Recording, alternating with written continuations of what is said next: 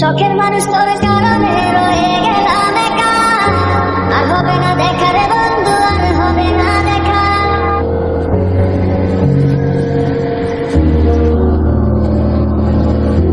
অন্তরেতে বিষের জ্বালা বলিব কারে, শখের মানুষ আঘাত দিতে আমারে।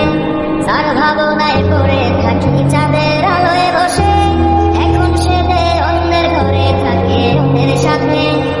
শখের মানুষ তোর কারণে রয়ে গেলাম একা, আর হবে না দেখা রে বন্ধু, আর হবে না দেখা। শখের মানুষ